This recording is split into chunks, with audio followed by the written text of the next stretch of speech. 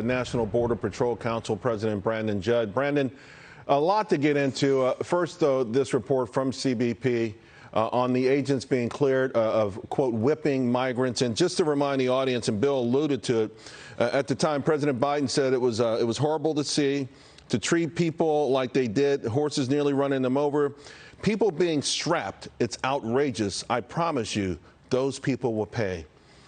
At the time, even the photographer said that wasn't true, but that was the narrative the White House went with.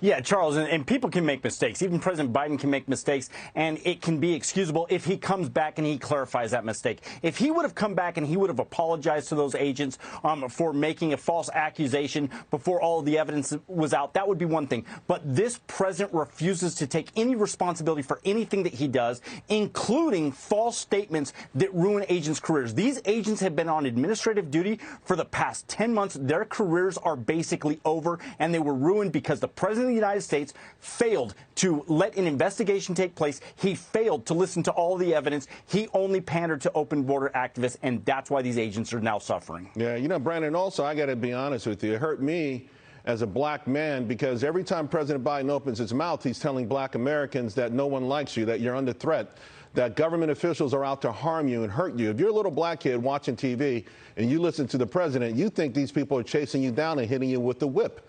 And, you know, they deliberately do this. It's much more than the border. They deliberately stoke fear and they divide us as a nation. And it's the absolute most despicable thing possible for the person in the White House to do.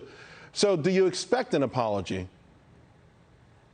No, he's not going to apologize. And what makes it very difficult about that, it makes it nearly impossible for me and my fellow agents to put on uniforms and go out and do the job. We know that we're going to be scrutinized. We know that we have that target on our back. We know that anything that we do that the president doesn't like, we're going to be in trouble for. These people that did the investigation, they are executive branch employees. They fall directly under the president. The president ruined those three agents' lives, my three agents' lives. He ruined those agents' lives.